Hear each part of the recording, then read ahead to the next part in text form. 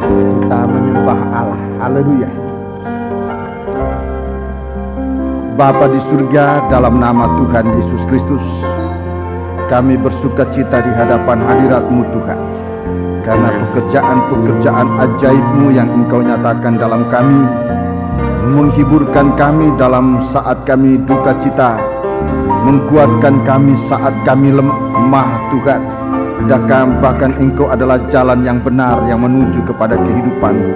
Kami berterima kasih dan bersyukur bahwa Engkau adalah Allah yang kami sembah. Engkaulah Tuhan yang kami agungkan dan muliakan Tuhan. Terima kasih untuk malam ini.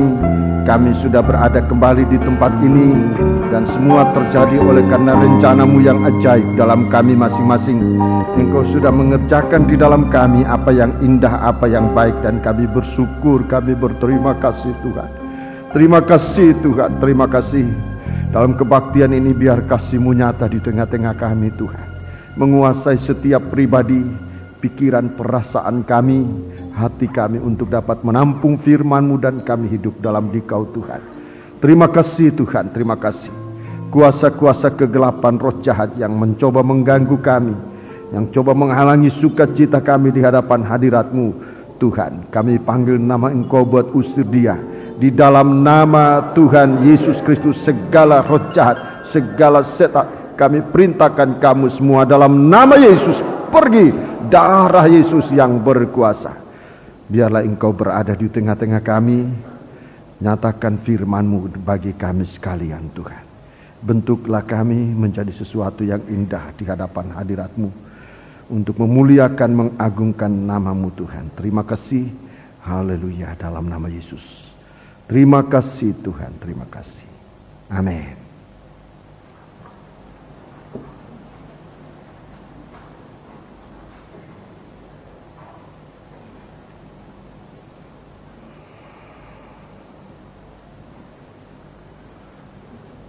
Sidang jemaat yang dikasihi Tuhan, saya menyampaikan salam sejahtera bagi kita sekalian dan selamat berbahagia dalam menerima sabda Tuhan dalam nama Tuhan Yesus Kristus. Duduklah dengan tenang. Pada malam hari ini kita akan mengikuti pemberitaan firman Tuhan dengan sebaik-baiknya. Saya menyampaikan selamat datang buat saudara-saudara kita juga dari negeri Belanda. Saya sangat kaget, terkejut, suatu kejutan yang sangat menyenangkan. Hari ini saudara kita dari negeri Belanda, dari Amsterdam, sidang jemaat yang ada di sana berada di tengah-tengah kita. Tuhan memberkati dan selamat datang bersama kami. Selain dari itu juga saya lihat dari pulau yang dekat dengan kita, dari Pulau Madura, ada di sini satu keluarga. Ini jemaat 36 tahun atau kurang lebih 39 tahun yang lalu jadi anggota jemaat waktu saya belajar membuka sidang jemaat di Pamekasan. Sini ada sekarang sudah berada bersama kita dengan anak-anaknya yang dulu masih sekolah minggu kecil-kecil. Sekarang sudah berada bersama kita kembali. Dan anak mudanya ada? Tidak ikut? Iya, puji Tuhan. Selamat datang juga. Ini saudara-saudara yang dari Pamekasan. Dulu saya belajar menggembalakan mulai dari Pamekasan. Jemaat yang kecil dimulai dengan 1 orang, kemudian bertambah-tambah mereka ini. Saya ketemu saudara ini almarhum dulu dalam saat itu, sekarang udah almarhum dulu. Ya, dulu suaminya almarhumnya. Ini sekarang ibu ini ada. Saya temukan dia termenung-menung, tokonya ditutup. Dia dalam hatinya, kalau toko saya ini bisa dibuka lagi, saya percaya Tuhan. Nah, kami berdoa bersama. Berapa waktu kemudian benar tokonya itu dibuka lagi. Dia percaya Tuhan dan dialah tambahan jiwa-jiwa datang ikut terus. Dan saudara-saudaraku, kami sudah berpisah lama. Tahun 67. Tahun 67, 32 tahun lalu kami tinggalkan Pamekasan. Puji Tuhan, dan banyak saudara-saudara saya lihat rekan-rekan hamba-hamba Tuhan yang datang berfellowship. Selamat datang semua saudara-saudara bersama kita pada malam hari ini. Saya bersukacita kita dikumpulkan oleh Tuhan. Selain dari itu, sukacita kita juga harus disertai dengan doa, selalu memuliakan Tuhan. sebab kita menghadapi tugas yang dipercayakan oleh Tuhan kepada kita. Saya juga ingin menyampaikan selamat datang bagi ibu yang baru saja dioperasi. Haleluya. Sekarang sudah berada di tengah-tengah kita, sembuh. Tadi saya melihat dia masuk. Hati saya memuji Tuhan, memuliakan Tuhan. Saudara-saudaraku, dia dioperasi cukup berat, tetapi Tuhan sudah tolong. Puji Tuhan. Mungkin ada saudara-saudara yang mata saya tidak sampai melihat saudara, tapi mata Tuhan dapat melihat saudara-saudara sekalian. Robi Cahyono Adi mana? Robi Cahyono Adi. Wah, ini tersembunyi, itu saudara saya, adik saya yang kecil nih. Adik saya paling kecil. Dia barusan dia ke Australia, sekarang sudah ada bersama istri. Iya, ada di sana ya, saya lihat. Tadinya tidak kelihatan. Rupanya datang tunduk-tunduk sampai saya nggak lihat. Haleluya. Kembali duduk di tempatnya, memang di situ persilnya dia. Haleluya. Selamat datang bersama istri. Puji Tuhan. Saya lihat tersenyum-senyum, berarti perjalanan semua diatur oleh Tuhan dengan indah. Bagi saudara-saudara yang mungkin pertama kali ikut dalam kebaktian ini, juga saya menyampaikan selamat datang buat saudara-saudara sekalian. Biarlah roh persekutuan selalu menguasai kita sekalian. Dalam ibadah kita, Tuhan sedang membangun sidangnya menjadi satu kehidupan, satu suasana indah. Mari kita akan baca apa yang saya katakan ini. Bukan suatu perkataan dari saya sebagai manusia, tapi Tuhan sudah mengaturkan buat kita sekalian. Di samping itu juga pada hari ini tim yang ke Jayapura sudah berangkat tadi pagi, tadi subuh berangkat dari Surabaya.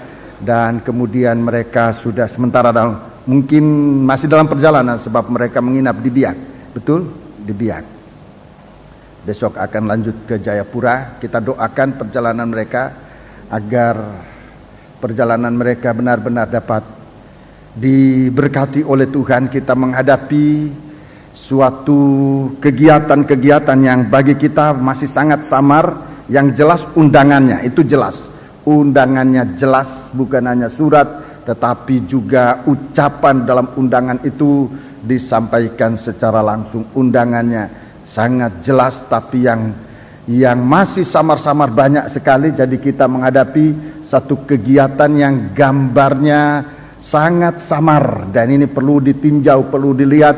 Kita sudah mengutus berapa orang? 4 orang ya, 4 orang. Tadi pagi tadi subuh sudah berangkat. Dan kita doakan supaya perjalanan mereka bisa berhasil kembali. Dan kalau mereka kembali, kita bisa menyusun segala sesuatu, persiapan buat kebaktian kebangunan rohani yang akan diadakan di Jayapura, kota yang tertimur buat kita. Jadi kita mulai dari yang paling barat, itulah di Gunung Sitoli, Pulau Nias. Dan kemudian kita akan mengakhiri kegiatan kebangunan rohani untuk tahun ini di kota bagian paling timur di Indonesia, Jayapura, wawasan Nusantara, dari barat sampai ke timur, dari Gunung Sitoli sampai Jayapura. Ini wawasan yang Tuhan sediakan bagi kita, dan kita akan kerjakan. Semoga Tuhan merestui, semoga ini adalah rencana Allah. Dan kalau ini rencana Allah, ayo kita maju. Saya mengundang saudara-saudara untuk gairah pelayanan ini, untuk mengasihi Tuhan. Mari, tahun depan kita serahkan dalam tangan Tuhan. Tahun depan sudah perubahan banyak sekali, sebab tahun depan kita masuk pada milenium yang ketiga, abad yang ke-21, tahun yang baru. Semuanya baru nanti tahun depan, dan kita sudah mengetahui bahwa setiap perubahan waktu semacam ini banyak kali disertai dengan perubahan situasi. Kita nggak tahu nanti apa yang terjadi, tapi mumpung Tuhan masih berikan kita kesempatan semacam ini, saya mengajak semua, haleluya, semua yang merasa digerakkan oleh Tuhan untuk terjun dalam kebaktian, dalam kegiatan-kegiatan rohani semacam ini. Kita berdoa, masih ada waktu kurang lebih beberapa hari ya. Mungkin masih 50 hari, kurang lebih 50 hari ya, 50 hari kurang lebih. Kita masih ada kesempatan untuk berdoalah dengan sungguh-sungguh agar kita diizinkan oleh Tuhan untuk mengalami semua keajaiban-keajaiban Tuhan. Kita baru mengalami keajaiban Tuhan dalam kebaktian persekutuan, kebaktian kebangunan rohani di Pulau Nias, di Gunung Sitoli. Saudara-saudaraku, sukacita itu masih dirasakan oleh mereka yang ada di sana yang kita tinggalkan. Saya menerima berita dari rombongan yang baru datang, saudara-saudaraku, dan suasana sukacita lewat telepon juga. Saya mendengar bagaimana suara mereka sangat bersukacita, dan bukan cuma bersukacita, mengikuti, ingin mengetahui situasi kita di sini. Mereka mau mengikuti situasi suasana kita di sini, dan mereka merindukan kelanjutan. Kelanjutan artinya siapa tahu dari antara kita ada yang merasa terpanggil untuk melayani di Pulau Nias, tepatnya di Gunung Sitoli. Mereka siap untuk menyambut saudara-saudara. Saya sampaikan ini, berdoalah siapa yang merasa terpanggil, jelaskan kepada Tuhan dan Tuhan akan tolong saudara. Puji Tuhan. Mari kita akan melanjutkan pemberitaan firman kitab Wahyu. Kitab Wahyu pasal yang ke-21, ayat 9 sampai dengan ayat 11. Kita masih belum beranjak dari ayat ini, sebab memang masih banyak hal-hal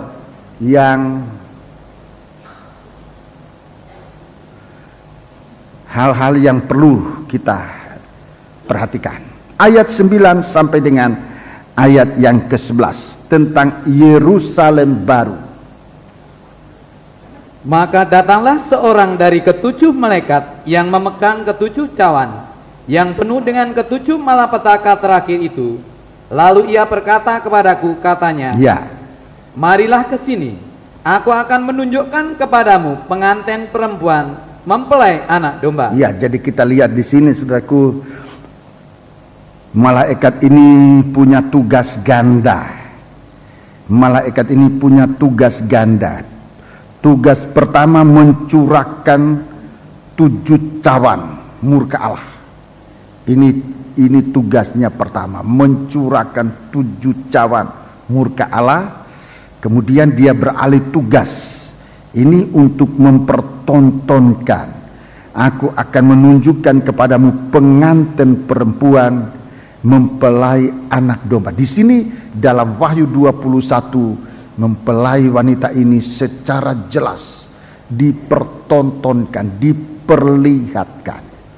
Jadi saudara-saudaraku, rekan-rekan hamba Tuhan, dalam memeriksa firman Allah kita lihat di sini bahwa berbicara tentang mempelai wanita, saudara-saudaraku, munculnya mempelai wanita secara jelas Wahyu 21.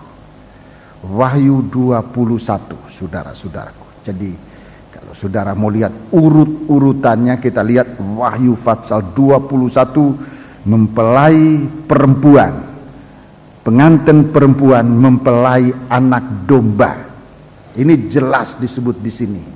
Wahyu pasal 12 disebutkan seorang perempuan, seorang wanita bersalut dengan matahari, bermahkota 12 bintang, di bawah kakinya ada bulan. Saudara-saudaraku, di situ belum ada jelas perkataan dia inilah mempelai, sekalipun memang dia adalah mempelai. Tetapi di sini ditampilkan dan diproklamasikan, inilah mempelai wanita, inilah pengantin perempuan mempelai anak domba Allah. Di sini diproklamirkan, dipertunjukkan. Jadi kalau kita bicara tentang mempelai wanita, seharusnya berangkat dari Wahyu pasal 21, saudara-saudaraku. Sekalipun yang lain-lain itu juga bicara tentang mempelai, seperti anak darah jemaat Korintus, anak darah yang suci itu juga mempelai, saudara-saudaraku. Tetapi lengkapnya di sini, lengkapnya mempelai itu Wahyu pasal 21. Rekan-rekan hamba Tuhan, saya menyampaikan ini supaya kita jangan terombang-ambing dengan berbagai-bagai macam tafsiran. Banyak macam tafsiran. Tapi ini semua merupakan satu perjalanan panjang yang finishnya akhirnya di sini. Disebutkan inilah mempelai anak domba, pengantin perempuan mempelai anak domba. Ayat 10. Ayat 10. Lalu di dalam roh ia membawa aku ke atas sebuah gunung yang besar dan lagi tinggi, dan ia menunjukkan kepadaku kota yang kudus itu, Yerusalem, turun dari surga dari Allah. Iya, Yerusalem turun dari surga. Dalam surat Galati, Yerusalem ini disebut ibu kita. Di sini, saudaraku, Yerusalem turun dari surga. Ayat 11. Kota itu penuh dengan kemuliaan Allah, dan cahayanya sama seperti permata yang paling indah. Permata yang paling indah, bagaikan permata yaspis. Ya, bagaikan permata yaspis. Jernih seperti kristal. Jernih seperti kristal. Terima kasih. Saya merasakan pada malam hari ini hadiratnya Tuhan, saudara-saudaraku, menyertai kita sekalian, menyertai semua anggota sidang jemaat, menyertai saudara-saudara kita yang baru datang dari manapun. Saya dalam duduk mempersiapkan diri untuk menyampaikan firman Allah ini, saya bersuka cita, saya merasakan hadirnya Tuhan di tengah-tengah kita. Sebab sesuatu yang sangat besar Tuhan ingin tunjukkan kepada kita sekalian. Marilah kita mempersiapkan diri. Saudara-saudaraku, Yerusalem baru ditampilkan pertama-tama disebutkan, dia ditampilkan dengan kemuliaan Allah. Disebut kemuliaan Allah berarti segala kemuliaan itu adalah milik Tuhan. Jadi kalau kita sering bicara kepada paduka yang mulia, yang dipermuliakan dan sebagainya, sebetulnya kemuliaan itu adalah milik Tuhan. Dia yang mulia. Kita manusia ini kalau mengalami kemuliaan, itu kemuliaan Tuhan. Kita tidak ada satupun yang dapat kita banggakan, kecuali harus kita mengucap syukur. Dalam kesempatan lalu, dalam Bidstone saya sudah menyampaikan kepada saudara-saudara sekalian, kita memuliakan Tuhan dengan mengucap syukur. Jadi kalau kita berada dalam kemuliaan, dipermuliakan, jangan lupa mengucapkan syukur. Itu artinya segala kemuliaan itu diperuntukkan bagi Tuhan. Dan soal kemuliaan ini saya sudah bicara beberapa kali kebaktian, ya, sampai pada Bidstone baik di Maputro maupun di Johor. Sekarang kita akan bicara tentang bercahaya, tentang cahayanya. Sama seperti permata yang paling indah. Permata yang paling indah bagaikan permata yaspis. Bagaikan permata yaspis. Di dalam bahasa lain saudara mungkin tahu itu apa itu yaspis. Di sini disebut yaspis dalam terjemahan bahasa Indonesia lama disebut permata yasip. Permata yasip seperti permata yasip, jernih seperti hablur, seperti kristal. Permata yasip, yaspis, yasip. Dua-dua istilah ini saya tidak ngerti. Yaspis saya tidak ngerti, yasip juga saya tidak ngerti. Mungkin saudara-saudara yang tahu batu-batu permata, Tante Pinati mungkin tahu yasip ini, ya. Yang saya tahu di sini dan saya percaya adalah ini disebut permata yang paling indah. Disebut paling indah. Alkitab mengatakan paling indah dan itu betul paling indah. Jadi apapun bentuk dari yaspis ini, tapi yang saya kenal dia adalah permata yang paling indah. Dia bercahaya sama seperti permata yang paling indah, bagaikan permata yasip atau yaspis. Itulah akhir perjalanan panjang, saudara-saudara. Itulah akhir perjalanan panjang. Saya katakan akhir perjalanan panjang sebab memang tampilnya Yaspis ini batu permata yang paling indah. Itu sesungguhnya suatu perjalanan sejarah yang paling panjang. Dari pembaharuan kepada pembaharuan. Dari kemuliaan kepada kemuliaan. Ini paling panjang. Dia melewati seluruh Alkitab ini. Sampai kemudian ditampilkan. Kemudian ditampilkan dan disebut bagaikan permata yang paling indah. Ini yaspis. Dia bercahaya. Jadi dua keadaan, sebenarnya tiga keadaan dari Yerusalem ini sudah perhatikan. Pertama, dia adalah kudus, suci, kota yang kudus. Dikatakan kota yang kudus. Ayat 10, kota yang kudus. Yerusalem turun dari surga. Itu keadaan pertama. Keadaan kedua, dia dalam kemuliaan. Keadaan ketiga, dia bersinar, dia bercahaya. Dia bercahaya. Memang kalau kita lihat cahaya dari kota ini, saudara-saudaraku, kita baca di dalam Injil Matius pasal 5 ayat 14. Injil Matius pasal 5 ini cahaya yang menembus sampai di dalam kegelapan yang paling gelap hari ini. Dikatakan cahaya sebab dia mempunyai kemampuan untuk bersinar, menembusi sampai tempat yang paling gelap. Tempat yang paling gelap di akhir zaman. Coba kita baca. Ayat yang ke-14. Injil Matius 5 ayat 14. Kamu adalah terang dunia. Ya, kamu terang dunia. Kamu terang dunia. Dalam Injil Yohanes pasal 8 ayat 12, Yesus terang dunia. Tetapi di sini Tuhan berikan kemuliaan itu juga kepada kita. Kamu terang dunia. Kamu terang dunia. Baca terus. Kota yang terletak di atas gunung. Kota yang terletak di atas gunung. Tidak mungkin tersembunyi. Tidak mungkin tersembunyi. Baca terus. Lagi pula orang tidak menyalakan pelita lalu meletakkannya di bawah kantang. Iya. Melainkan di atas kaki dian sehingga menerangi semua orang di dalam rumah itu. Iya, menerangi semua orang di dalam rumah itu. Terus? Demikianlah hendaknya terangmu bercahaya di depan orang. Terangmu bercahaya di depan orang. Supaya mereka melihat perbuatanmu yang baik. Iya. Dan memuliakan Bapamu yang di surga. Iya, terima kasih. Ini cahaya.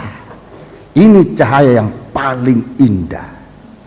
Cahaya yang bisa menembus dari ukuran paling besar. Itulah seluruh dunia. Menerangi seluruh dunia. Menguasai kota-kota yang manapun, saudara. Sampai yang paling tersembunyi. Di dalam ruangan rumah. Di dalam kamar. Saudara-saudaraku, terang ini yang dipakai untuk menerangi manusia di bumi ini. Salah satu tanda dari bumi mula pertama gelap gulita. Saudara-saudaraku, sebelum ada terang, saudara-saudaraku, langit atau bumi ini gelap gulita. Jadi kalau ada terangnya dunia, ini untuk menerangi dunia yang sekarang sudah pula dalam kegelapan. Peperangan antara negara dengan negara, kerajaan dengan kerajaan. Saudara-saudaraku, ini yang dialami oleh dunia. Menjurus lebih dalam lagi antara kota dan kota. Perlu ada terang yang menyinari kota-kota di dunia ini. Kota-kota di dunia ini, saudara-saudaraku, sudah dibangun oleh setan bagaikan kota Babel yang besar. Saudara-saudaraku, kota-kota di dunia, perbuatan jahat di kota-kota di mana-mana. Tetapi yang paling gelap, lebih gelap dari kejahatan yang mendunia, lebih gelap dari kejahatan yang saudara-saudaraku yang berada di kota-kota yang ada di dunia ini adalah suatu kegelapan kegelapan dalam nikah manusia. Dan ini yang sekarang sedang disinari oleh terang dari mempelai, disebutkan terang dari mempelai anak domba ini. Terang dari mempelai anak domba itu yang ditunggu-tunggu oleh semua orang. Sebab dikatakan kalau terang itu mencapai nikah, kalau terang firman Allah mencapai kamar, mencapai apa tadi disebut, bukan kamar itu bahasa, tidak tahu bahasa apa itu. Bilik, mencapai bilik, mencapai ruangan tidur, mencapai nikah manusia. Dan Tuhan katakan itu akan menjadi terang manusia ini. Semua manusia akan diterangi. Saudara-saudaraku, segala sesuatu kejahatan memuncak sampai kepada kegelapan ini, kegelapan dalam nikah. Makan, minum, kawin, mawin, itu perlu diterangi. Oleh terang mana? Terang dari pengantin perempuan mempelai anak domba. Jadi kita mempunyai tugas, saudara-saudaraku, tugas ini. Tugas kita di sini dalam sidang jemaat digembalakan untuk menerima kasih dari Allah Bapa bagaikan terang matahari, untuk menerima kesucian dari korban Kristus, darah anak domba Allah, untuk menerima karunia-karunia dari Roh Kudus, supaya kita bisa melakukan tugas menjadi terang dari dunia ini, saudara-saudaraku. Secara umum menjadi terang, secara umum dari dunia ini. Sekarang menjadi terang dari kota ke kota, dari Gunung Sitoli, saudara-saudara kita akan ke Jayapura, dari kota ke kota. Insya Allah kalau Tuhan belum datang tahun depan, saudara-saudaraku, kita berdoa bukan dari kota ke kota saja, tapi dari negara ke negara. Saya tidak tahu kita mau kemana, tetapi jika kita mempersiapkan diri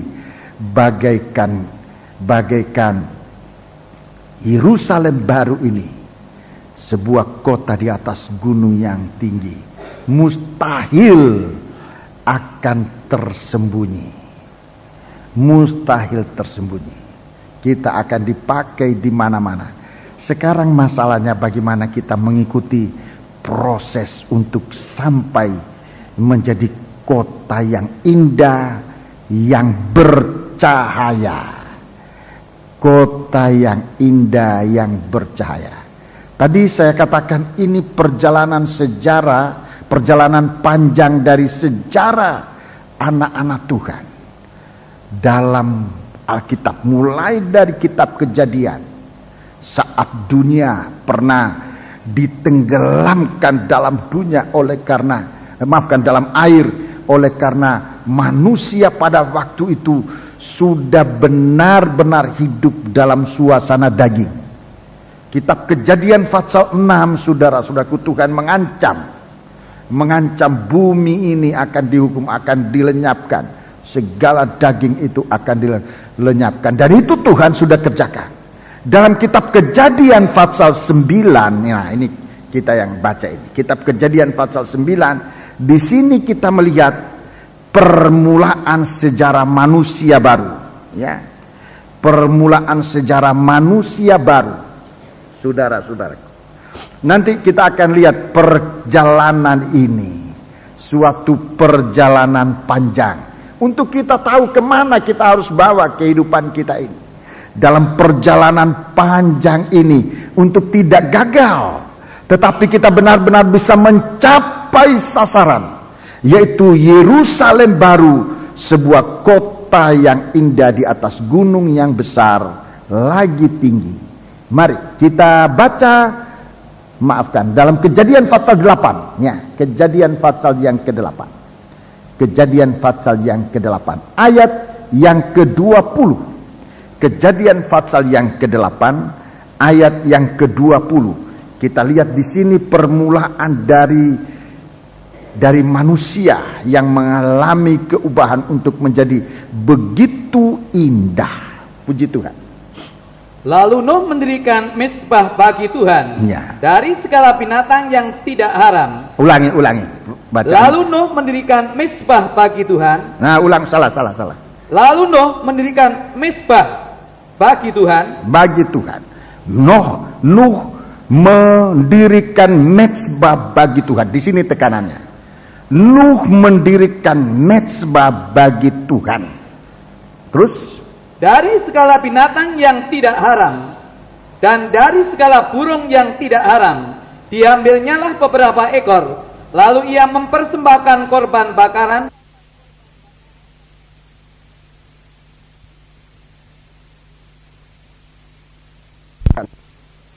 bagi Tuhan. Dari segala binatang yang tidak haram. Ulangi. Baca. Lalu Nuh mendirikan mezbah bagi Tuhan. Nah, ulang, salah. Lalu Nuh mendirikan mezbah bagi Tuhan. Bagi Tuhan. Nuh mendirikan mezbah bagi Tuhan. Di sini tekanannya. Nuh mendirikan mezbah bagi Tuhan. Terus? Dari segala binatang yang tidak haram dan dari segala burung yang tidak haram, diambilnyalah beberapa ekor, lalu ia mempersembahkan korban bakaran di atas mezbah itu. Iya, terima kasih. Ini permulaan sejarah tentang satu waktu nanti akan ada satu sinar yang bercahaya. Di sini disebutkan tentang sebuah mezbah. Saudara-saudaraku, saudara dalam membaca ini pasti dalam pikiran saudara tentang sesuatu gundukan tanah atau susunan batu-batu. Tidak tahu disebut batu apa, mungkin sebarang batu aja disusun kemudian merupakan sebuah mezbah. Ini sebetulnya sejarah dari rumah Allah, mulainya dari sini. Ini sejarahnya mulai dari sini, dari sebuah mezbah. Bagaimana seseorang mau mempersiapkan dirinya menjadi sebuah mezbah. Permulaan di sana, saudara-saudaraku. Dalam perjanjian baru jelas dikatakan sekarang ini kegiatan Tuhan adalah membangun tubuh Kristus, sebuah rumah Allah. Tetapi saudara tahu sejarahnya bagaimana sesungguhnya rencana Allah sudah berlaku, sudah Tuhan mulaikan zaman Nuh itu, di mana kita bisa bertemu dengan Tuhan itu yang tadi dalam doa pembukaan saya dengar dalam doa. Yuk berdoa dalam pembukaan. Iya. Rumah Allah ini pintu gerbang kerajaan surga. Betul tadi dalam doa? Iya. Permulaan bertemu dengan Tuhan di sini. Di sini. Waktu Nuh keluar dari bahtera, apa yang dia perbuat lebih dahulu? Membuat sebuah mezbah. Tidak disebutkan, tapi saya sangat percaya mezbah ini sangat sederhana. Sangat sederhana. Tidak disebutkan dari batu atau dari tanah atau dari batu yang indah. Tidak disebutkan. Hanya dari sebuah mezbah. Ini permulaan.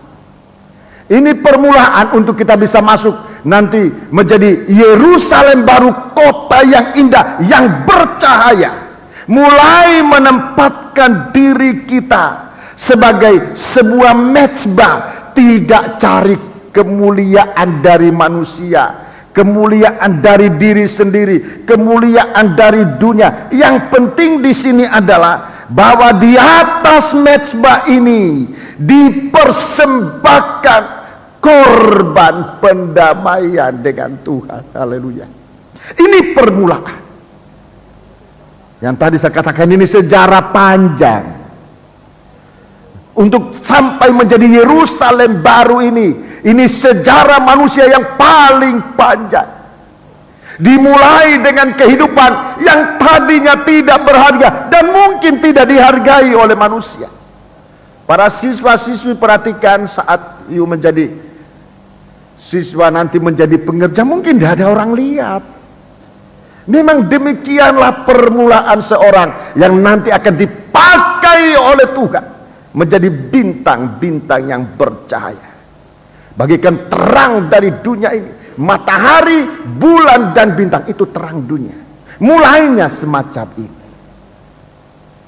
Satu kehidupan yang tahu menempatkan diri, bisa dipercaya untuk menerima, untuk dipercayakan korban pendamaian. Ini korban. Mezbah ini punya tugas menanggung korban pendamaian. Ini permulaan menjadi mempelai wanita. Saudara-saudaraku, jangan kita berebut-rebutan sampai pada permulaannya ini. Bagaimana satu kehidupan bisa dibangun menjadi sebuah korban. Tapi korban ini sempat ditinggalkan oleh manusia. Saudara-saudaraku, berabad-abad, kurang lebih 20 abad ditinggalkan oleh manusia. Saudara-saudaraku, sampai nanti ya lebih dari 20 abad manusia meninggalkan, dan manusia itu kesasar untuk kemudian sampai ke kota Babel. Lalu mereka mendirikan sebuah bukan mezbah, tapi sebuah menara yang ujungnya, dasarnya di bumi, ujungnya mau sampai mencapai surga, tapi tidak pernah berhasil. Babel itu kemudian disebut kota yang hancur. Babylon disebut kota yang hancur. Saudara-saudaraku, bukan itu yang Tuhan mau. Jangan kita membangun menara Babel di hari-hari ini. Mari kita perhatikan bagaimana kehidupan kita bisa dibangun merupakan sebuah mezbah yang dapat dipercaya untuk menjadi pembawa korban pendamaian. Bagaimana kita bisa menjadi manusia baru. Itu mezbah. Dari gundukan tanah atau sebuah batu tidak disebutkan, tetapi yang disebutkan di sini adalah mezbah ini merupakan gambaran dari orang-orang yang dipercayakan untuk membawa korban pendamaian. Disebutkan ada burung-burung, ada binatang yang tidak haram, burung yang tidak haram. Diambilnya beberapa ekor, lalu mempersembahkan korban bakaran di atas mezbah. Ini manusia baru. Manusia baru. Mezbah ini gambaran manusia baru. 2 Korintus pasal 5 mulai ayat 17. 2 Korintus pasal 5 mulai ayat 17 sampai dengan ayat yang ke-20. Baca. Ini manusia baru. Jadi ini siapa mezbah, ya. Terus? Jadi siapa yang ada di dalam Kristus, ia adalah ciptaan baru. Ya, ini siapa yang ada di dalam Kristus, dia adalah ciptaan baru. Itu permulaan dipermuliakan bersama Tuhan. Berada di dalam Kristus. Siapa yang ada di dalam Kristus, dia adalah kelahiran baru, dia adalah kejadian baru, dia adalah ciptaan baru. Siapa ada di dalam Kristus, dia adalah ciptaan baru. Terus? Yang lama sudah berlalu. Ya, yang lama sudah berlalu. Sesungguhnya yang baru sudah datang. Iya, di sini pengalaman dari sebuah mezbah. Yang lama itu sudah lewat, ditenggelamkan dalam laut, dalam air. Sekarang yang baru itu datang. Ayat 18.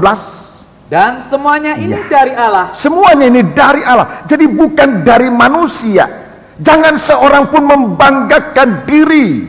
Kalau kita dipakai oleh Tuhan, kalau kita mengalami berkat Tuhan, mengalami kemuliaan, mengalami apa saja, semuanya itu dari Allah, bukan dari manusia. Ulangi ayat 18. Dan semuanya ini dari Allah. Semuanya ini dari Allah. yang dengan perantaraan Kristus Iya. telah mendamaikan kita dengan dirinya, Iya, mendamaikan kita dengan dirinya. dan yang telah mempercayakan pelayanan pendamaian itu kepada kami. Ini mezbah. Satu kehidupan yang diperdamaikan dengan Tuhan. Satu kehidupan yang masuk di dalam Kristus. Ditampilkan, dilahirkan menjadi manusia baru yang mempunyai tugas membawa berita pendamaian terus. Sebab Allah mendamaikan dunia dengan dirinya oleh Kristus, Iya. dengan tidak memperhitungkan pelanggaran mereka. Iya, baca terus. Ia telah mempercayakan berita pendamaian itu Iya, kepada kami. mempercayakan berita pendamaian itu kepada kami. Ini orang-orang yang dibaharui terus. Jadi kami ini adalah utusan-utusan Kristus. Ini mezbah, utusan-utusan Kristus. Kemanapun kita berada, kita adalah utusan-utusan Kristus.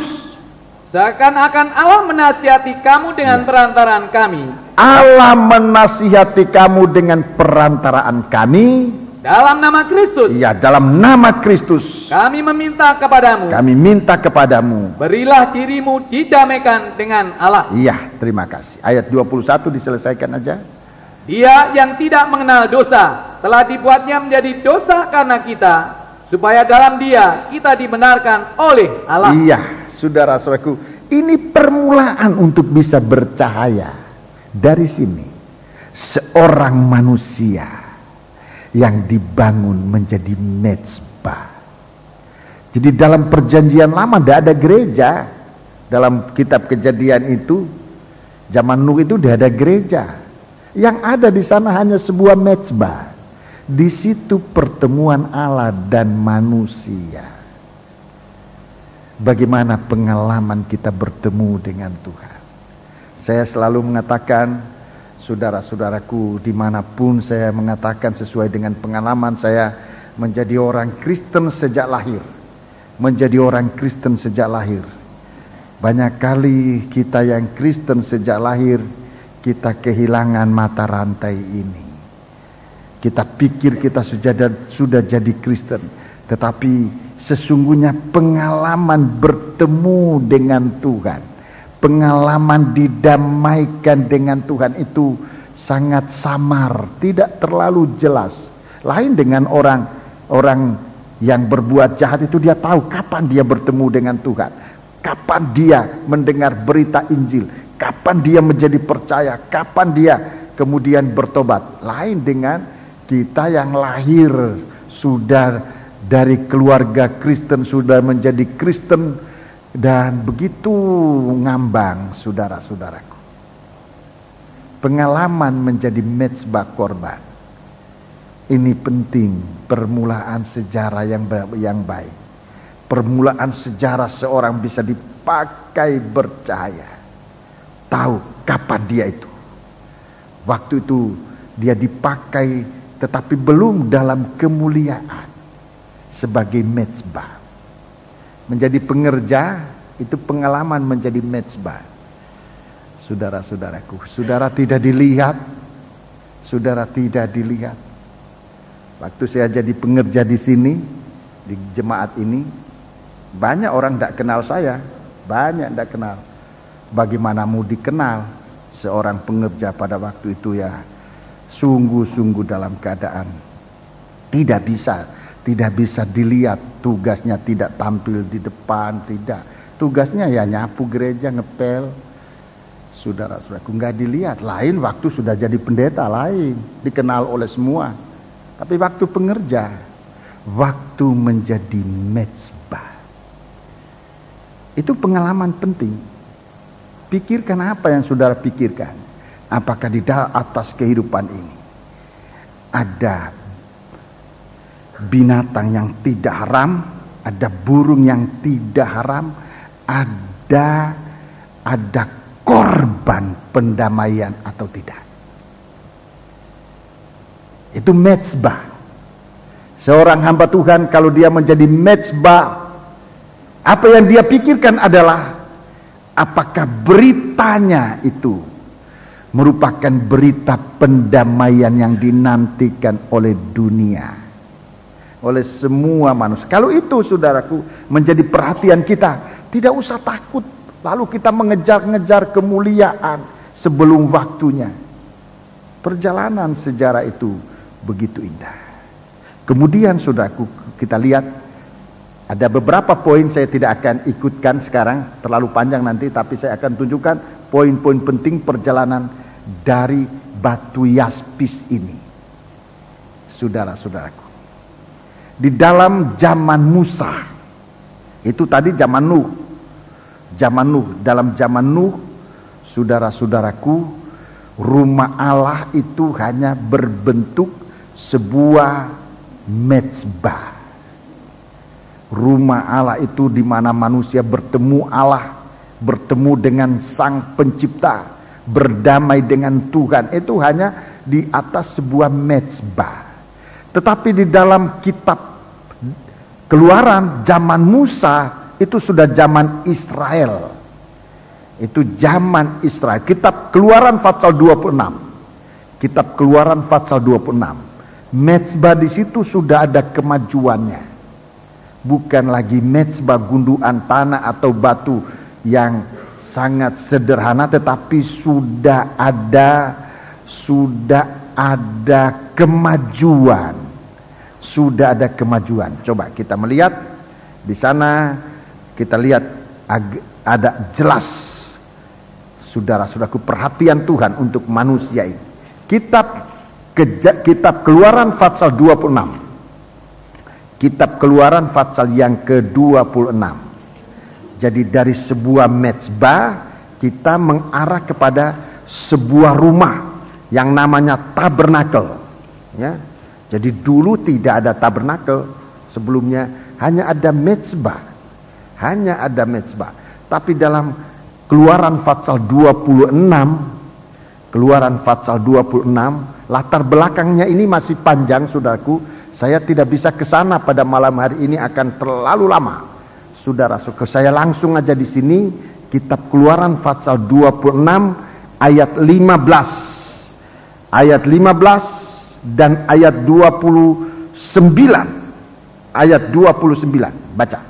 Haruslah engkau membuat untuk kemah suci papan dari kayu penaga yang berdiri tegak. Iya, terima kasih.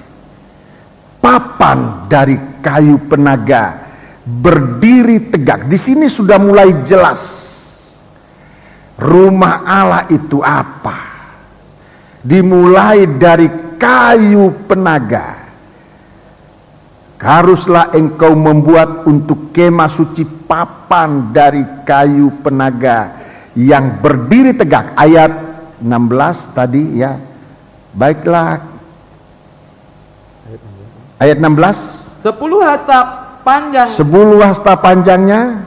10 hasta panjang satu papan dan 1,5 hasta lebarnya tiap-tiap papan. Iya, jadi ada ukurannya. Ini sudah lebih teratur, sangat teratur. Dibanding dengan yang pertama mezbah, ini sudah sangat teratur. Sudah sangat teratur. Kehidupan itu makin nyata dalam kemuliaan. Ayat 29. Ayat 29. Papan-papan itu haruslah kau salut dengan emas. Iya, ini batu yang indah, emas. Batu yang indah. Hendaklah kau salut dengan emas. Gelang-gelang itu haruslah kau buat dari emas sebagai tempat memasukkan kayu-kayu lintang itu. Dan kayu-kayu lintang itu haruslah kau salut dengan emas. Iya, jadi secara keseluruhan kita melihat bahwa tabernakel itu dari emas. Kayunya tidak kelihatan. Kayunya tidak kelihatan. Saudara-saudaraku, kayunya tidak kelihatan. Dari kayu penaga itu nomor 1, nomor 2 dia disalut dengan emas. Nomor 3 berdiri tegak.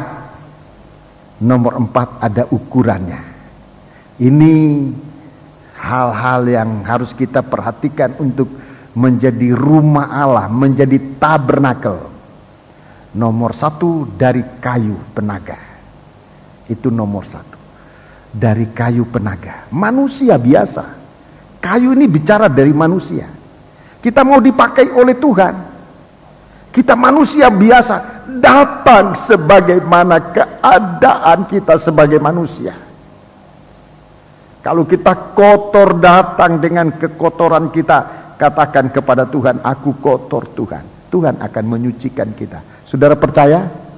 Saudara percaya? Itu kayu. Itu kayu. Daging. Kayu penaga. Kalau warnanya hitam, itu gambaran dari dosa. Kalaupun kita berdosa, kita datang kepada Tuhan. Kita mengaku Tuhan, aku orang berdosa. Tuhan bisa membasuh kita dengan darahnya. Membuat kita suci. Itu kayu. Itu kayu. Saudara-saudaraku. Apapun keadaan kita. Kelemahan kita sebagai manusia. Waktu kita dipercayakan oleh Tuhan. Menjadi pembawa berita pendamaian. Kita datang kepada Tuhan sebagai sepotong kayu penaga. Manusia yang ditandai dengan kelemahan, dengan dosa, dengan ketidakmampuan, dengan kebodohan. Asal kita mengaku di hadapan Tuhan, keadaan kita dengan sesungguh-sungguhnya. Tuhan sangat berkuasa, saudara-saudaraku. Kalau kita mengaku di hadapan Tuhan, darahnya, saudara-saudaraku, darahnya yang disebut lebih mahal dari emas dan perak. Darah anak domba Allah lebih mahal dari emas dan perak. Dia akan menyaluti kita, saudara-saudaraku. Dari pengakuan kita dalam saudara catat 1 Petrus pasal 1 ayat 18 dan 19.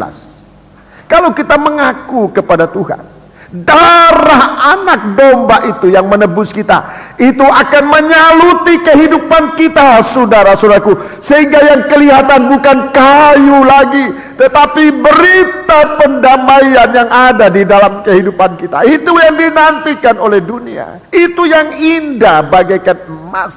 Bahkan dalam Alkitab dikatakan lebih mahal dari emas dan perak, saudara-saudaraku. Lebih emas dan lebih kuat dari kekuatan manusia. Lebih pandai dari kepandaian manusia, saudara-saudaraku. Dan kalau kita tampil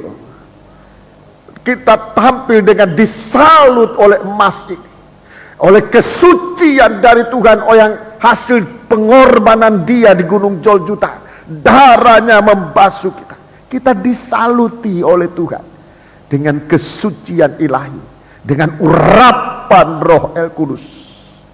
Tadinya kita orang biasa, tapi kita mau dibawa oleh Tuhan untuk menjadi sesuatu yang sangat indah. Sejarahnya ini, tadinya kita hanya sebuah mezbah, tapi kalau kita mau lebih dipakai oleh Tuhan, datang sebagai mana keadaan kita, mengaku di hadapan Tuhan. Sebagai manusia ini kemampuannya terbatas, kekuatannya terbatas, apa-apa terbatas. Tapi kalau kita mengaku di hadapan Tuhan, darah anak domba Allah lebih mahal dari emas. Itu yang akan menyaluti kita. Nomor 3. Jadi selain dari kayu, ditandai dengan pengakuan kita. Sebagai kayu kita mengaku di hadapan Tuhan kekurangan kita, ketidakpandaian, kebodohan kita dan sebagainya. Kelemahan kita jangan disembunyikan, diakui di hadapan Tuhan. Dan Tuhan sudah siap dengan emas akan menyaluti kita. Kita papan kayu penaga tapi disaluti dengan emas. Yang ketiga, berdiri tegak. Berdiri tegak. Jangan goyang-goyang. Di hari-hari dunia akan diguncangkan, saudara-saudaraku. Banyak anak Tuhan miring. Dia tidak tegak. Papan itu berdiri tegak. Dalam ayat yang ke-15 dikatakan, dia berdiri tegak. Membuat kemah suci, papan dari kayu penaga yang berdiri tegak. Ini yang Tuhan cari. Anak-anak Tuhan yang punya pendirian tegak. Punya pendirian tegak. Keyakinan yang kuat pada pengajaran firman Allah. Tidak terombang-ambing. Saudara-saudaraku, di hari-hari ini, di hari zaman akhir kita diuji. Di mana pendirian kita yang benar. Kalau kita mau sampai ke gunung yang tinggi untuk ditampilkan bagaikan Yerusalem baru, mempelai dari anak domba. Sejarah ini harus kita lewati. Bagaimana kita bagaikan papan, bagaimana kita berdiri tegak, tidak miring, tidak condong kemana saja, tapi kita berdiri, kita tegak menghadap hadirat Tuhan selalu. Ini sejarah dari yaspis. Nanti akhirnya disebut dia yaspis yang bercahaya indah. Di sini masih emas. Masih disebutkan emas. Saudara-saudaraku. Jadi papan ini berdiri tegak. Kemudian disebut ukurannya. Panjang 10 hasta. Punya ukuran. Punya ukuran. Kita diukur oleh Tuhan. Panjang 10 hasta. Angka 10 itu berbicara tentang hukum Tuhan. Itu ukuran. Itu ukuran. Kita selalu siap untuk melakukan sesuai dengan firman Tuhan. Kita ada tanda pendamaian, berdamai dengan Tuhan. Itu angka 10. Kita ada tanda berdamai dengan Tuhan. Dengan melakukan firman, kasih Allah itu ditaruh di dalam kita. Dalam Yohanes 14 ayat 21, tolong baca. Yohanes 14 ayat 21. Ini ukuran 10 hasta. Dan 23, ayat 21 dan 23. Tolong baca. Yohanes 14 ayat 21. Barang siapa memegang perintahku dan melakukannya. Ya, memegang dan melakukan. Ini angka 10.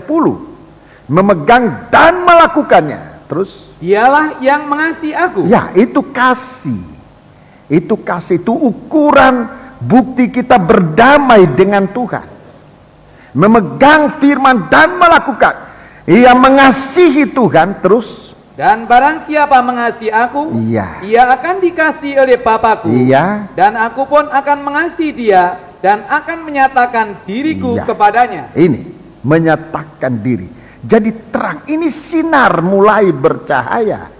Ini sinar mulai bercahaya. Kalau kita memegang firman dan melakukan, terang itu mulai bercahaya, tidak gelap. Kami akan datang, ia dikasihi oleh Bapa, dan kami akan datang. Aku menyatakan diri.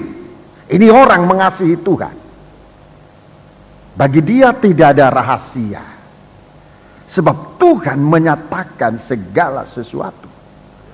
Saudara-saudaraku, mulai bercahaya. Dia mulai menyatakan sinar, mulai bercahaya. Itu saya tadi katakan sejarah panjang dari umat manusia untuk sampai ke puncak gunung itu. Di sini memegang tema ukuran angka 10. Ayat 22. Ayat 22, coba saudara lihat di sini. 22 ini kasih Allah. 22. Yudas yang bukan Iskariot. Ya, Yudas yang bukan Iskariot. Yudas yang menulis surat Yuda. Itu seorang rasul. Yudas yang bukan Iskariot berkata kepadanya, Tuhan, apakah sebabnya maka engkau hendak menyatakan dirimu kepada kami dan bukan kepada dunia? Jadi hanya orang pilihan, tidak kepada semua dunia. Mengapa engkau menyatakan diri hanya kepada orang yang dipilih? Papan-papan yang bersalut dengan emas. Saudaraku, itu sudah menggenapi ukuran 10. Dia disalut dengan emas. Dia mengasihi Tuhan. Terus 23. Jawab Yesus, Iya. jika seorang mengasihi aku, Jika seorang mengasihi aku, ia akan menuruti firman-Ku. ia menuruti firman-Ku. Dan Bapa-Ku akan mengasihi dia. Bapa-Ku akan mengasihi dia. Dan kami akan datang kepadanya dan diam bersama-sama dengan dia. Haleluya. Ini ukuran 10. Papan itu ukuran panjangnya 10. Hubungannya dengan Tuhan begitu baik. Tidak seperti hubungan orang biasa. Ini orang Kristen yang luar biasa. Tidak sama dengan orang Kristen umum, apalagi orang dunia. Tidak. Saudara-saudaraku, dia mengetahui firman Allah tidak berhenti pada hanya dengan akalnya, tapi dengan akal dan pikiran dan perbuatan. Itu pengenalannya kepada Tuhan. Banyak orang mau mengenal Tuhan hanya lewat pikiran, dia tidak pernah akan sampai kepada Bapa. Sebab Allah itu jauh dari dia. Kita bisa menemukan dia kalau kita menerima firman-Nya dengan akal ini menjadi mengerti, menjadi percaya di dalam hati dan melakukan. Tuhan menyatakan diri. Tuhan akan menyatakan diri. Sebab itu dia mengetahui firman Allah tidak berhenti pada hanya dengan akalnya, tapi dengan akal dan pikiran dan perbuatan. Itu pengenalannya kepada Tuhan. Banyak orang mau mengenal Tuhan hanya lewat pikiran, dia tidak pernah akan sampai kepada Bapa. Sebab Allah itu jauh dari dia. Kita bisa menemukan dia kalau kita menerima firman-Nya dengan akal ini menjadi mengerti, menjadi percaya di dalam hati dan melakukan. Tuhan menyatakan diri. Tuhan akan menyatakan diri. Sebab inilah orang yang dikasihi Tuhan. Tuhan menyatakan rahasia kepada orang yang sangat mengasihi Tuhan. Contoh adalah Daniel. Contohnya adalah Daniel. Dia orang mengasihi Tuhan. Dalam kitab Daniel pasal 9, kitab Daniel pasal 9, contoh orang mengasihi Tuhan. Ukuran 10. Dia manusia biasa. Daniel ini manusia biasa, saudara-saudaraku. Tetapi dia dikasihi Tuhan. Dia orang yang mengasihi Tuhan. Kepada dia Tuhan nyatakan rahasia yang besar. Daniel pasal 9. Daniel pasal 9. Ayat yang ke-20. Daniel pasal 9 ayat 20. Kita lihat bagaimana ia melakukan. Dia membawa hidupnya didamaikan dengan Tuhan. Ayat 20. Sementara aku berbicara dan berdoa dan mengaku dosaku. Ini mengaku dosa. Terus dan dosa bangsaku, bangsa Israel, dan menyampaikan kehadapan Tuhan Allahku, permohonanku bagi gunung kudus Allahku. Sementara aku berbicara dalam doa, terbanglah dengan cepat ke arahku Gabriel. Ya, Gabriel atau Jibrail, ya. Dia yang telah kulihat dalam penglihatan yang dahulu itu pada waktu persembahan korban petang hari. 22. Lalu ia mengajari aku dan berbicara dengan aku. Ya. Daniel, sekarang aku datang untuk memberi akal budi kepadamu, ya, untuk mengerti. Ini kehendak Allah. Kalau kita ini mau dikuduskan di sini, mengaku dosa. Ini kehendak Allah. Dalam Tesalonika disebut bahwa inilah kehendak Allah, pengudusanmu. Ini Daniel masuk melakukan kehendak, melakukan firman Allah, masuk dalam pengudusan. Daniel, sekarang aku diutus untuk memberi akal budi kepadamu, untuk mengerti. 23. Ketika engkau mulai menyampaikan permohonan, keluarlah suatu firman, maka aku datang untuk memberitahukannya kepadamu. Aku datang untuk memberitahukan, untuk menyatakan dirinya Allah. Terus, sebab engkau sangat dikasihi. Terima kasih. Engkau sangat dikasihi. Terus, jadi camkanlah firman itu dan perhatikanlah penglihatan itu. Iya, terus baca di rumah ayat-ayat selanjutnya. Satu penglihatan besar diberikan oleh Tuhan kepada siapa? Seorang yang memegang, yang mengerti, yang percaya, yang melakukan firman. Ia mengasihi Tuhan, ia dikasihi oleh Tuhan, dan Tuhan menyatakan diri. Tuhan menyatakan firman. Firman ini bukan kepandaian manusia. Untuk bisa mengerti firman, kita perlu menerima akal budi dari Tuhan untuk bisa mengerti ini, saudara-saudara. Untuk bisa membuka rahasia dari firman Allah. Ini adalah orang-orang yang disucikan oleh Tuhan. Sekalipun tadinya dia hanya sepotong kayu, tapi ukurannya benar. Ukurannya 10 hasta.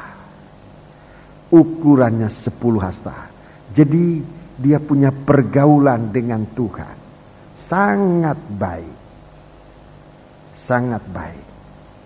Buat saya sebagai hamba Tuhan, saya ingin mengajak rekan-rekan hamba Tuhan kita yang bertugas untuk melayani pekerjaan Tuhan, memberitakan firman. Saya menyatakan ini bukan untuk menggurui saudara, tidak. Tapi untuk kita saling menguatkan, mengingatkan. Seringkali kita hanya membaca firman kalau mau khotbah. Ini bukan sistem ukuran 10. Kalau khotbah itu kita berdoa, hanya kita mohon Tuhan mau saya menyampaikan apa buat sidang jemaat. Tapi untuk baca firman itu secara rutin. Tetapi bukan kebiasaan. Dorongan untuk mengasihi Allah. Kita membaca firman Allah setiap waktu. Ya. Setiap waktu. Syukurlah kalau kita bisa dikasih kekuatan untuk membaca lebih banyak. Lebih bagus. Saudara-saudaraku. Tapi bukan berarti kalau baca sedikit tidak bagus. Yang penting kita membaca secara rutin firman Allah. Jangan mau khotbah baru cari firman. Itu membuat banyak kali kita kehabisan bahan. Dan kalau sudah kehabisan bahan, kita ngomong seadanya apa saja yang banyak kali menyimpang dari firman. Ini harus dijaga. Baca firman. Kalau kita ditugaskan untuk menyampaikan firman, kita hanya mohon Tuhan sekian banyak firman. Firman yang mana yang harus saya sampaikan hari ini? Tuhan tunjukkan. Tuhan tunjukkan. Saudara-saudaraku.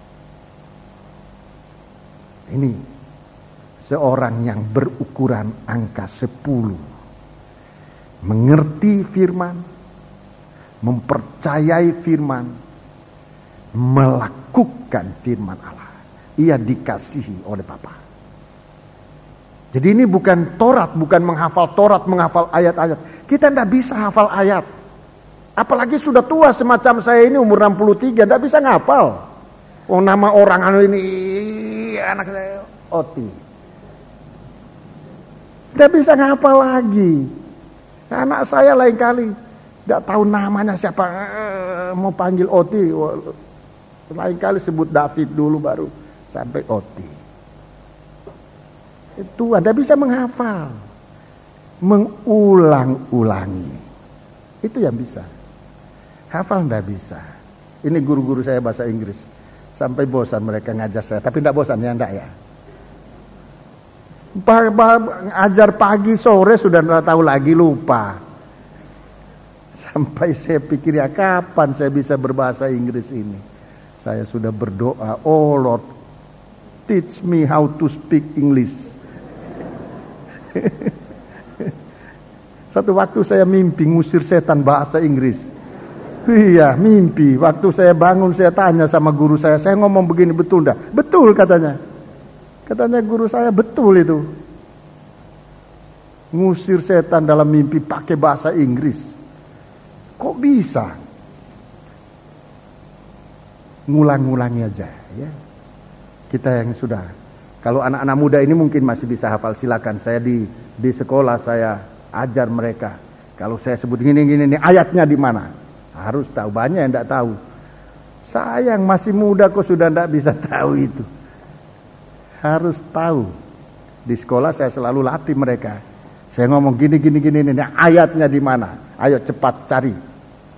Kalau tidak bisa cari hari itu, besok harus bisa. Begitu saudara-saudaraku. Angka 10. Mengerti, mendengar firman, melakukan. Itulah orang yang mengasihi Tuhan. Kami akan datang menyatakan diri. Bukan cuma menyatakan diri, tetapi tinggal. Ini bukan dihafal. Tinggal. Firman Allah itu tinggal di hati. Mendarah daging. Terang dari firman Allah itu nanti akan bercahaya. Puji Tuhan. Mendarah daging. Itu firman, bukan dihafal. Hafal sudah tidak bisa. Kalau sudah tua, saya satu umur dengan Pak Tejo. Bagaimana Pak Tejo? Sudah tua, susah kita menghafal, tidak bisa lagi. Tetapi kita baca berulang-ulang firman Allah. Dan firman Allah itu tinggal di dalam kita. Saat kita butuhkan, dia muncul. Itu pengalaman saya. Saat kita butuhkan, dia akan muncul. Kita bicara tentang firman Allah. Bukan hafal saudaraku, bukan. Oh, ompong ini tidak pakai catatan kok bisa. Bukan dihafal. Berulang-ulang kali membaca. Saat dibutuhkan, Tuhan tunjukkan. Begitu. Ya. Itu angka 10. Yang kedua, lebarnya. Berapa lebarnya saudara baca tadi? Lebarnya berapa? Wah, sudah lupa. Belum tua sudah lupa. Baru baca tadi sudah lupa. Lebarnya berapa? Papan ini panjangnya 10 hasta. Lebarnya berapa? Ayo, kaum muda, berapa? 1,5 hasta. Itu lebarnya. 1,5 hasta. 1,5 hasta itu tempatnya Tuhan. Tempatnya Yesus. Sesudah ukuran 1,5 hasta, kita menemukan Yesus di situ. Itu saya dapat belajari dari tabernakel ini. Sesudah ukuran 1,5 hasta, kita menemukan Yesus di situ. Pertama kali, ukuran pada mezbah korban bakaran. Di sana kita menemukan ukuran 1,5 hasta. Tinggi dari mezbah korban bakaran seluruhnya 3 hasta. Itu dibagi 2. Di situ ditaruh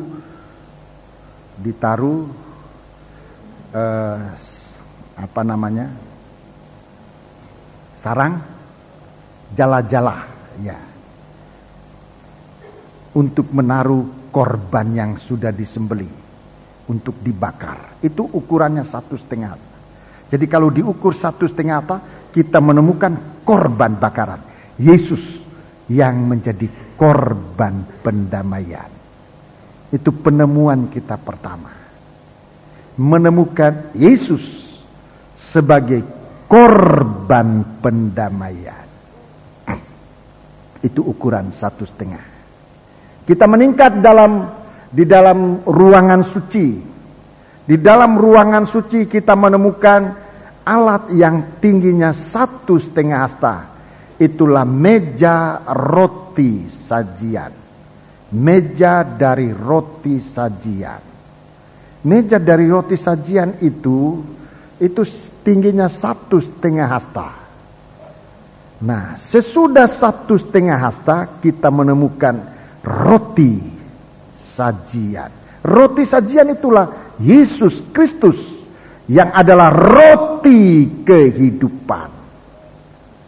Jadi sesudah 1,5 hasta kita menemukan Yesus sebagai roti kehidupan. Mulai dari Yesus sebagai korban pendamaian, kita masuk di dalam ruangan suci, kita menemukan Yesus sebagai firman kehidupan. Kalau kita didamaikan dengan Allah, tidak sulit mengerti firman, tidak sulit. Kita akan merindukan firman seperti kita merindukan nasi. Itu untuk orang kita di Indonesia ini. Orang di Eropa tentu roti. Kita di Indonesia nasi. Seperti kita merindukan makan nasi. Belum makan nasi rasanya belum makan. Ada banyak kita orang Indonesia sudah makan ini makan itu, pulang, istri, Mbak, mana nasi? Saya belum makan. Padahal tadi sudah makan segala-segalanya. Pulang masih cari nasi. Merindukan nasi. Nasi. Roti kehidupan, makanan rohani. Saudara-saudara. Coba saudara lihat ukuran kehidupan kita. Bagaimana kontak kita dengan Yesus? Bagaimana pergaulan kita dengan Yesus? Apakah ada kerinduan mendengar firman? Kalau tidak ada kebaktian, oh puji Tuhan, mudah-mudahan 5 minggu tidak ada kebaktian. Itu namanya kita tidak ada pergaulan dengan Tuhan. Kalau orang didamaikan dengan Tuhan, saudara, dia selalu akan timbul di dalam hatinya merindu firman. Banyak dari antara saudara-saudara mau dipindah kemana-kemana. Aduh, Om, saya tidak mau pindah. Kenapa? Di sana tidak ada penggembalaan. Ini orang didamaikan dengan Tuhan. Dia tanya, apa di sana ada penggembalaan? Ada. Oh, kalau begitu aku mau. Dia cari firman. Dia cari gereja. Kemana dia pergi? Dia cari gereja. Ini bukti bahwa orang ini sudah lebih dahulu menemukan Yesus sebagai korban pendamaian. Dia didamaikan dengan Tuhan. Dia tidak ada beratnya untuk mencari Tuhan, mencari firman Allah yang benar. Dia merindu untuk mencari firman Allah yang benar. Itu kita bisa tes, masing-masing tes, kita uji kehidupan kita. Sejauh mana kita merindu firman Allah. Baca 2 ayat kalau belum ngantuk, ini berarti ada kemajuan. Banyak kali baca 1 ayat sudah ngantuk. 2 ayat tidak ngantuk. 1 fatsal, kok belum ngantuk? Baca 2 fatsal. Bisa seterusnya saudara baca sekian lama tidak ngantuk-ngantuk. Saudara-saudara, firman Allah menjadi kebutuhan hidup. Sebab itu kemajuannya dari kita menerima Kristus sebagai korban pendamaian, tidak ada kesulitan untuk bergaul dengan Yesus sebagai makanan rohani kita. Dia roti kehidupan. Kemudian kita lanjut di dalam ruangan Maha Suci. Ada ukuran 1,5 hasta. Ini ukuran tinggi dari peti perjanjian. Ukurannya dari peti perjanjian itu 1,5 hasta. Di atas peti perjanjian kita menemukan Tuhan Yesus Kristus, tutupan pendamaian. Dia adalah mempelai laki-laki dari surga. Dia mempelai laki-laki dari surga. Jadi kalau kita, saudara-saudaraku, kita mempunyai pengalaman maju semacam ini, Kristus sebagai korban pendamaian, kita bergaul dengan Tuhan dalam firman-Nya. Saudara-saudaraku, nanti kita akan masuk di dalam ruangan Maha Suci. Kita disebut nanti mempelai dari anak domba Allah. Tabut, peti dari petinya perjanjian yang ditutup dengan sekina glory, dengan terang kemuliaan Allah. Di situ yang disebutkan kita dimuliakan, kita memakai kemuliaan Allah. Nanti bersinar bercahaya. Saudara-saudara, pergaulan kita dengan firman Allah, itu sejarahnya. Kemudian saudara-saudaraku yang kita lihat ukuran dalam tabernakel yang ukurannya 1,5, ya ini tadi ukuran 1,5 ini. Papan itu ukurannya 1,5 hasta. Dan itu berarti di samping kita ada papan-papan yang lain. Di samping kita ada papan-papan yang lain. Yang kita harus ada kontak, ada hubungan dengan papan-papan yang lain ini dengan sangat baik. Saudara-saudara, di samping kita itu ada papan-papan yang lain. Itulah sesama anggota tubuh Kristus. Filipi 2 Filipi 2 ayat 3 dan 4. Filipi 2 ayat 3 dan 4. Filipi 2 ayat 3 dan 4. Filipi 2 ayat 3 dan 4. Baca. Karena itu sempurnakanlah sukacitaku dengan ini. Iya. Hendaklah kamu sehati sepikir. Sehati sepikir. Dalam satu kasih. Satu kasih. Satu jiwa. Satu jiwa. Satu tujuan. Terus. Dengan tidak mencari kepentingan sendiri. Tidak mencari kepentingan sendiri. Atau puji-pujian yang sia-sia. Atau puji-pujian yang sia-sia. Sebaliknya adalah dengan rendah hati. Dengan rendah hati. Yang seorang menganggap yang lain lebih utama. Yang seorang menganggap yang lain lebih utama daripada dirinya sendiri. Iya. Sudah ayat 4 itu? Sudah ayat 3. Ayat 3, ayat 4. Dan janganlah tiap-tiap orang hanya memperhatikan kepentingannya sendiri. Iya. Tetapi kepentingan orang lain juga. Iya. Memperhatikan kepentingan orang lain. Orang lain ini siapa? Orang lain ini sesama anggota tubuh. Sesama anggota tubuh. Jadi ini artinya ada fellowship yang baik dengan sesama anggota tubuh. Sebab anggota tubuh itu adalah Kristus sendiri. Di dalam Injil Matius pasal yang ke-25, Injil Matius pasal yang ke-25, waktu Yesus datang, Tuhan tunjuk, apa yang kamu tidak lakukan kepada saudaraku yang miskin ini, engkau tidak melakukan itu untukku. Jadi saudara-saudaraku, anggota tubuh Kristus, Tuhan anggap itu adalah tubuhnya sendiri. Dia bahagian dari anggota tubuh Kristus. Jadi ada hubungan yang baik. Itu ukuran dari papan. Ukuran dari papan. Dia ada hubungan baik dengan Tuhan lewat firman. Dia ada hubungan dengan baik dalam fellowship sesama anggota tubuh Kristus. Itu ukurannya.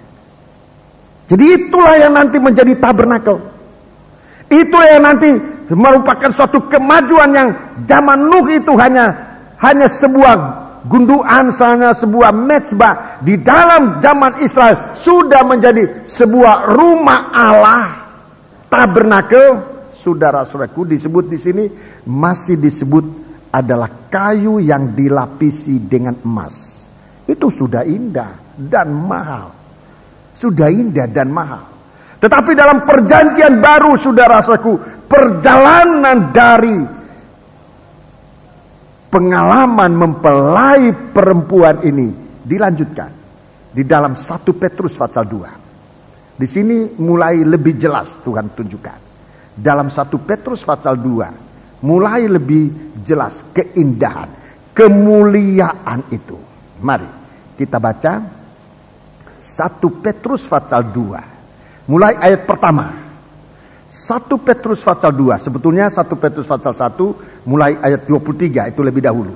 1 Petrus pasal yang pertama ayat 23. 1 Petrus pasal 1 ayat 23. Karena kamu telah dilahirkan kembali. Kamu telah dilahirkan kembali. Bukan dari benih yang fana. Iya. Tetapi dari benih yang tidak fana oleh firman Allah yang hidup dan yang kekal. Iya, terima kasih. Ayat 24, 25. Sebab semua yang hidup adalah seperti rumput dan segala kemuliaannya seperti bunga rumput. Iya, ayat 24. Rumput menjadi kering dan bunga gugur. Bunga gugur. Tetapi firman Tuhan tetap untuk selama-lamanya. Inilah firman yang disampaikan Injil kepada kamu. Jadi kita mulai dilahirkan baru. Kita dilahirkan baru. Sudah disertai dengan kemuliaan Allah. Itu nanti yang akan ditampilkan di Yerusalem baru. Mempelai perempuan, pengantin perempuan, mempelai dari anak domba. Dia ada dalam kemuliaan Allah. Kemuliaan dari firman. Di sini ayat 24. Sekarang ayat 1. Pasal 2. Karena itu buanglah segala kejahatan. Segala tipu muslihat. Dan segala macam kemunafikan, kedengkian dan fitnah. Terus. Dan jadilah sama seperti bayi yang baru lahir. Bayi yang baru lahir. yang selalu ingin akan air susu yang murni dan yang rohani, supaya olehnya kamu bertumbuh dan beroleh keselamatan. Iya. Jadi saudara-saudaraku, menjadi bayi yang baru lahir. Menjadi bayi yang baru lahir. Saudara-saudaraku yang masih menyusui. Semua yang baru lahir itu lucu. Betul? Betul enggak? Semua yang baru lahir. Biar nanti dia jadi singa. Tahu singa? Tahu singa? Biar dia jadi singa. Tapi kalau anak singa, lucu enggak? Lucu anak singa. Saya lihat di kandang di TV, lihat di TV, ditunjukkan singa, enggak tahu namanya siapa. Namanya nama bagus-bagus, namanya singa-singa di kandang itu. Saya enggak tahu namanya apa. Dia melahirkan anak, dikasih nama sama pawangnya. Kok lucu, gemuk, udah gulung-gulung. Nanti dia jadi singa yang ganas, yang bos. Tapi waktu baru lahir, anjing yang suka gigit. Waktu dia baru lahir, ayam baru menetas, kutuk. Lucu-lucu. Semua yang baru lahir itu lucu. Anak kecil yang baru lahir, biar mungkin satu waktu nanti orang ini jadi perampok. Tapi dulu waktu dia bayi, orang sekampungnya bilang lucu. Tetangga-tetangga bilang, kok lucu. Gak ada anak-anak yang datang, kok anakmu kok jelek. Gak ada. Selalu lucu. Entah sungguh-sungguh, entah enggak.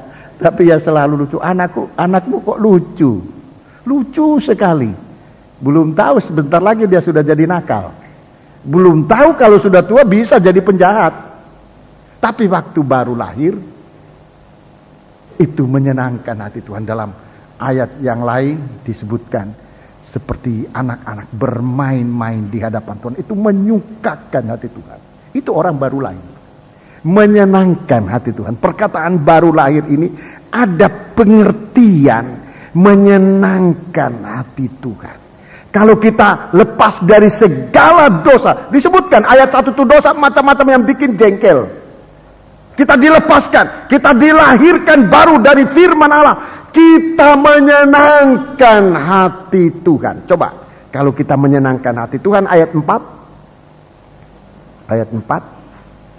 Dan datanglah kepadanya batu yang hidup itu. Batu yang hidup itu. Yang memang dibuang oleh manusia, tetapi yang dipilih dan dihormat di hadirat Allah. Iya, batu yang hidup itu Yesus Kristus. Ayat 5, perhatikan ayat 5. Dan biarlah kamu juga dipergunakan sebagai batu hidup. Kamu juga dipergunakan sebagai batu hidup. Untuk pembangunan suatu rumah rohani. Dipergunakan menjadi untuk pembangunan suatu rumah rohani. Bagi suatu imamat kudus. Iya. Untuk mempersembahkan persembahan rohani. Yang karena Yesus Kristus berkenan kepada Allah. Iya, di sini belum terlalu jelas, tetapi sudah arah ke sana. Keindahan di sini disebut batu yang hidup. Jadi dari bayi yang baru lahir, yang lucu, yang menarik hati, yang menyenangkan itu, saudara-saudaraku, akan disebut itu batu yang hidup. Nah, sudah mengarah batu yang hidup ini untuk kemana? Dulu zaman Israel dia kayu penaga. Di sini sudah ada peningkatan kualitas. Dia batu yang hidup. Ayat yang ke-9. Ayat yang ke-9. Tetapi kamulah bangsa yang terpilih. Kamulah bangsa yang terpilih. Imamat yang rajani. Imamat yang rajani. Bangsa yang kudus. Iya. Umat kepunyaan Allah sendiri. Iya. Supaya kamu memberitakan perbuatan-perbuatan yang besar dari Dia. Iya. Yang telah memanggil kamu keluar dari kegelapan kepada terangnya yang ajaib. Iya, terang yang ajaib. Satu sinar yang ajaib. Satu terang yang ajaib. Jadi suatu sejarah panjang dari manusia untuk nanti menjadi mempelai wanita itu, saudara. Ini Ini poin-poin penting yang saya tunjukkan mulai dari kitab Kejadian, kitab Keluaran, sekarang di sini dalam 1 Petrus pasal 2. Bagaimana kehidupan itu mengarah untuk nanti bisa bercahaya. Jadi ada langkah-langkah ini saudara perhatikan. Saudara ikuti, kita nanti akan sampai. Di sini disebutkan bangsa yang terpilih, imamat yang rajani, bangsa yang kudus, yang keluar tadi dari kegelapan. Tadinya kita dari kegelapan, kita datang kepada terangnya yang ajaib, terang yang bercahaya, terang yang ajaib di sini. Dalam kitab Wahyu pasal 21 kita melihat di sini wujudnya nanti. Dari batu yang hidup, yang keluar dari kegelapan kepada terang yang ajaib itu. Di sini kita ditaruh oleh Tuhan.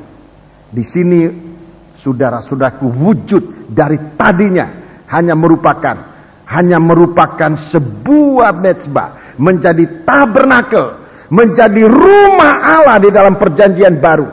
Sekarang di Wahyu pasal 21 disebut Yerusalem baru.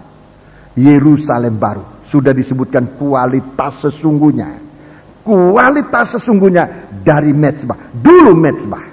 Dulu tabernakel, dulu batu kehidupan. Sekarang di sini disebut batu yang indah, batu yang bercahaya, yaspis.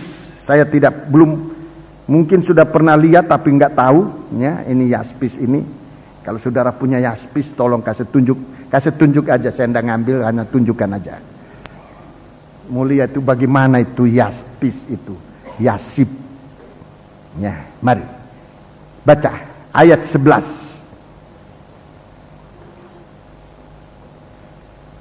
Saudara-saudaraku, jangan di situ, di Wahyu 21 ayat 11. Wahyu 21 ayat 11.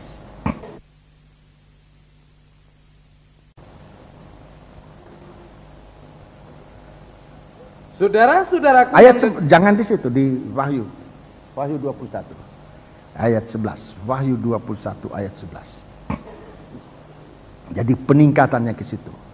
Dari batu yang hidup menjadi rumah Allah, di mana persembahannya diterima oleh Tuhan. Dari batu hidup mempersembahkan persembahan yang oleh kemurahan Tuhan berkenan kepada Allah. Orang semacam ini doanya didengar oleh Tuhan. Dia batu yang hidup. Dia batu yang hidup.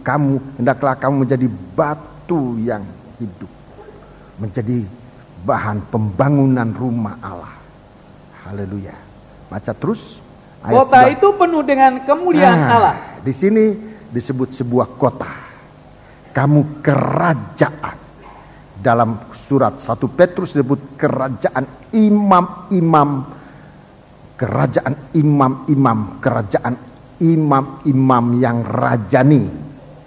Imamat yang rajani disebut kamu kota penuh dengan kemuliaan Allah. Terus. Dan cahayanya sama seperti permata yang paling indah. Sama seperti permata yang paling indah. Bagaikan permata yaspis. Iya. Jernih seperti kristal. Iya. Jernih seperti kristal. Jernih seperti kristal. Ini di dalam ayat selanjutnya disebut seperti kaca murni. Ayat 18. Ayat 18. Tembok itu terbuat dari permata yaspis. Jadi di sini jelas tadinya dalam mezbah tidak kelihatan temboknya, tapi dalam tabernakel dinding dari emas. Di dalam surat 1 Petrus kita disusun, dibangun menjadi rumah Allah dari batu-batu yang hidup. Di sini sudah disebut indah, seindah batu yaspis. Dikatakan bukan lagi papan, tapi tembok. Lebih kuat. Sudah lebih kuat. Bukan hanya disalut, tetapi kita sudah bersifat, bertabiat dari tabiat ilahi. Batu yaspis. Temboknya itu terbuat dari permata yaspis. Terus Dan kota itu sendiri dari emas tulen. Dari emas tulen, tidak lagi disebut kayu, sudah diubahkan, sudah mengalami suatu keubahan dari emas tulen. Dalam perjanjian lama masih ada kayu disalut dengan emas, tapi di sini kayu itu sudah tidak ada, dari emas tulen. Baca terus. Bagaikan kaca murni. Bagaikan kaca murni. Ini yang disebut kristal.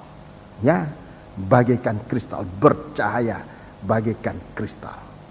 Saya melihat kristal, tidak tahu kristal itu yang dimaksudkan yang bikin lampu-lampu, ya. Banyak lampu-lampu sekarang, lampu-lampu kristal. Di ballroom Hotel Westin itu ada banyak itu lampu-lampu besar, itu dari kristal. Dari kristal. Begitu indah bercahaya. Kristal. Tapi saya tidak tahu apa itu yang disebut kristal ini, saya nggak tahu. Saya juga tidak mau terlalu banyak tahu soal itu. Saya hanya tahu indahnya saja. Ini kristal, ini indah. Bicara tentang kebenaran. Jernih seperti kristal. Disebutkan cermin atau kaca yang murni. Kristal atau kaca yang murni. Saya nggak tahu apa ada kaca yang tidak murni. Mungkin saja ada di sini disebut kaca murni. Kristal, kaca yang murni. Jadi demikian, saudaraku, perjalanan panjang ini akhirnya toh kita menjadi kehidupan yang dipermuliakan bersama Tuhan. Memiliki kemuliaan dari Allah, memiliki cahaya, bercahaya seperti permata yaspis, jernih seperti kristal. Kristal ini bicara dari kemurnian, dari kebenarannya, bercahaya benar, bercahaya dengan kebenaran. Saudara-saudaraku, orang benar itu dari matanya aja sudah bercahaya. Orang benar itu matanya bercahaya. Orang tidak benar matanya tidak bercahaya. Lihat aja dari matanya. Waktu dia berbicara, dia lihat kemana. Orang tidak benar, dia banyak menyembunyikan matanya. Tidak bercahaya. Tapi kalau orang benar, dia kelihatan dari sinar matanya. Bagaikan kristal, dia bercahaya. Dan banyak kali orang tidak benar tidak berani menatap mata orang benar, sebab bercahaya bagaikan kristal. Kebenaran itu bersinar, bercahaya. Puji Tuhan. Jadi inilah satu sejarah untuk menjadi mempelai wanita ini. Dimulai dari bagaimana kita menerima korban Kristus. Bagaikan mezbah yang dibangun. Kemudian menjadi dinding dari tabernakel. Pembangunan rumah Allah.